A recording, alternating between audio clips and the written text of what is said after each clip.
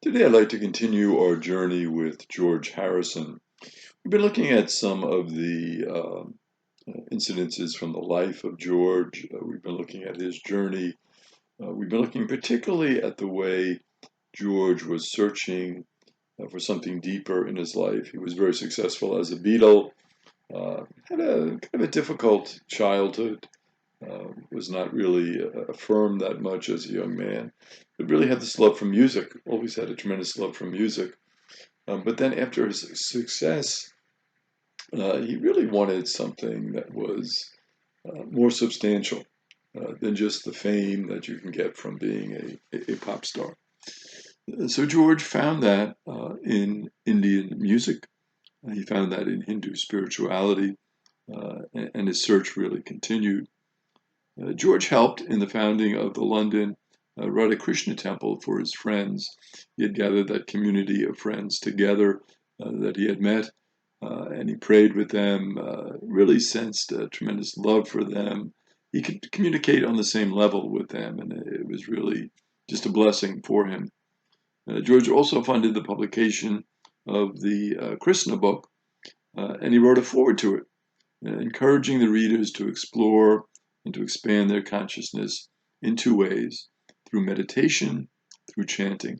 Those were always the keys for George: the meditation, the taking the time to reflect on your life, to reflect on scriptures, to reflect on everyday experiences. Very important for George. And then the chanting, the regular chanting of the sacred mantras in the Indian tradition.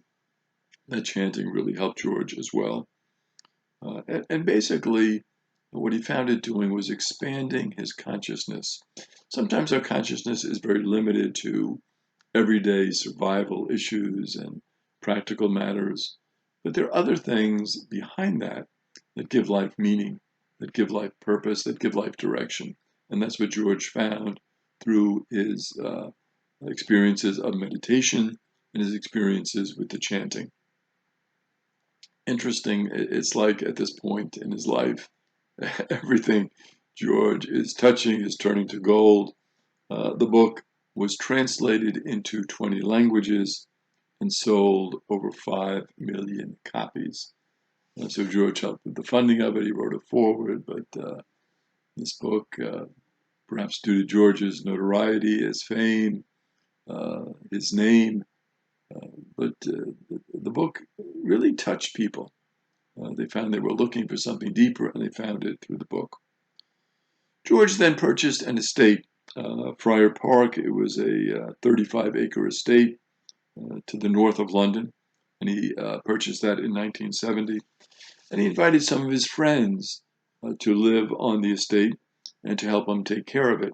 So it became a thing where this almost like a monastic type of experience where you invite people to come and they chanted and they prayed together.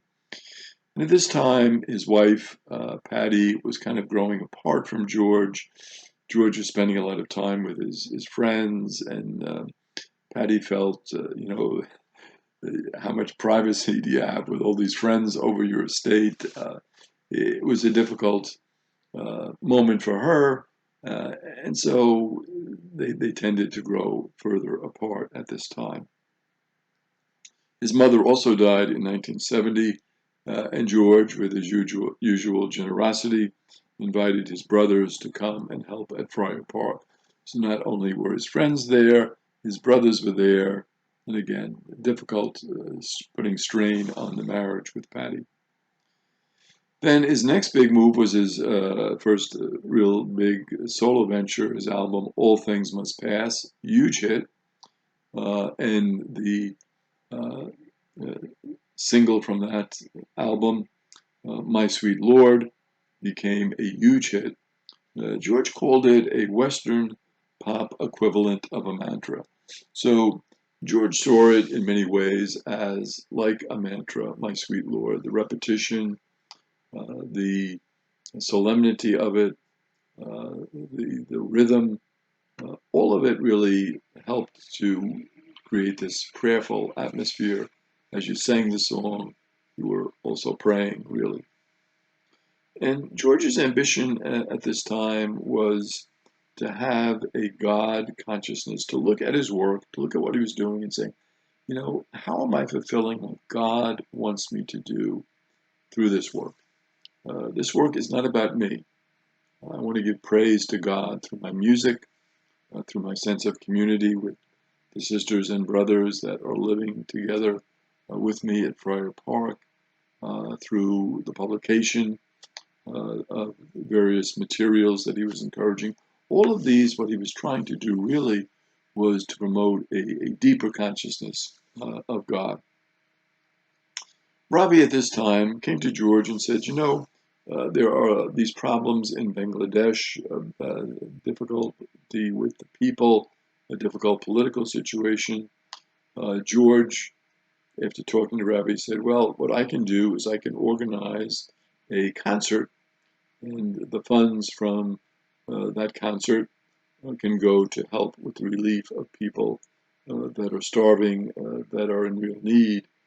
This is what I can do to help out. And Ravi had helped him so much spiritually, it helped him in his growth, it helped him musically. George felt indebted to him. And George also had a great humanitarian spirit. George always wanted to help others to better their lives because he had been blessed by God and he wanted to give back. George made a second album, Living in the Material World. That album also did well. So his first two albums, smash success, really, and the music had this sense of this God consciousness. It was music, it was beautiful music, it was well made, but it was also, there was a religious motivation to what George was doing. But on the other hand, while he was having these types of successes, he was struggling on a personal level. Patty was on her own path, a different path than the path that George had chosen. And people were wondering, George, into this religion thing too much.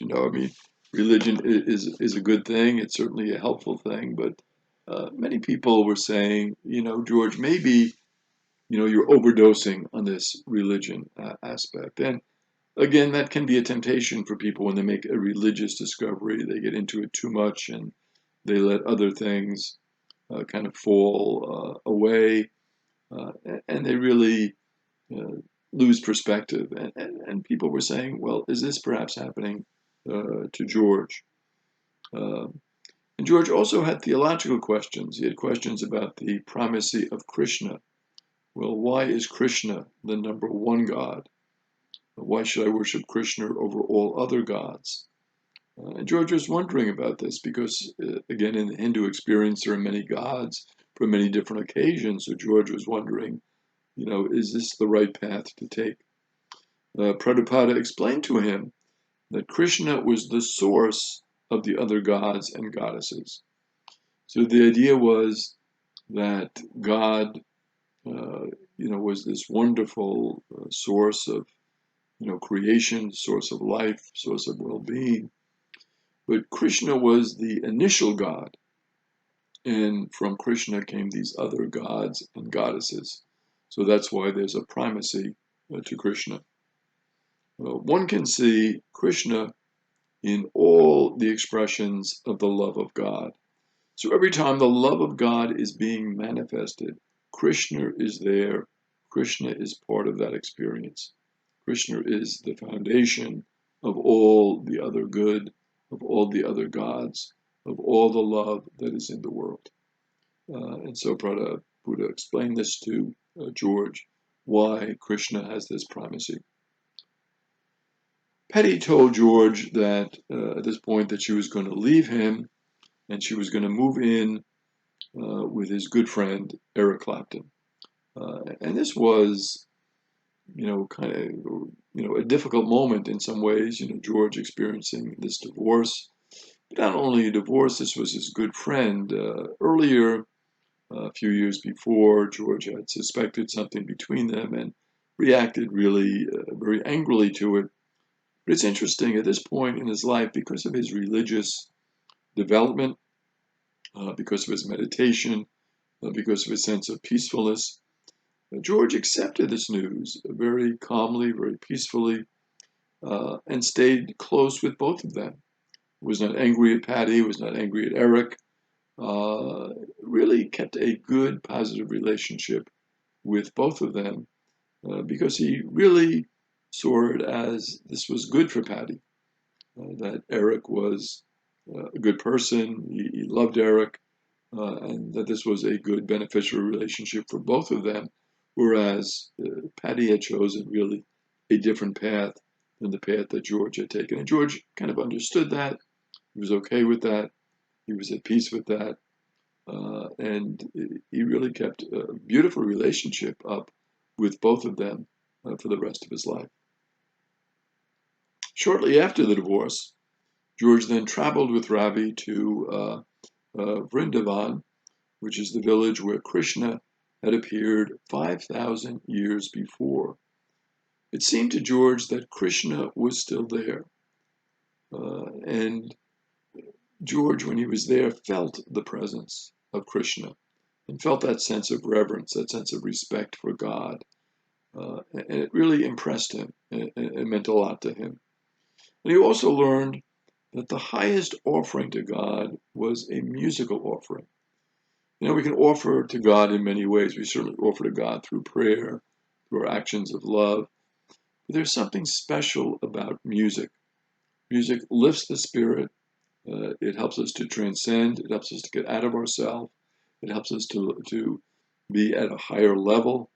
And so George realized that his music and his gift for music was a very helpful thing in terms of relating to God, relating to Krishna, and lifting the spirits of other people.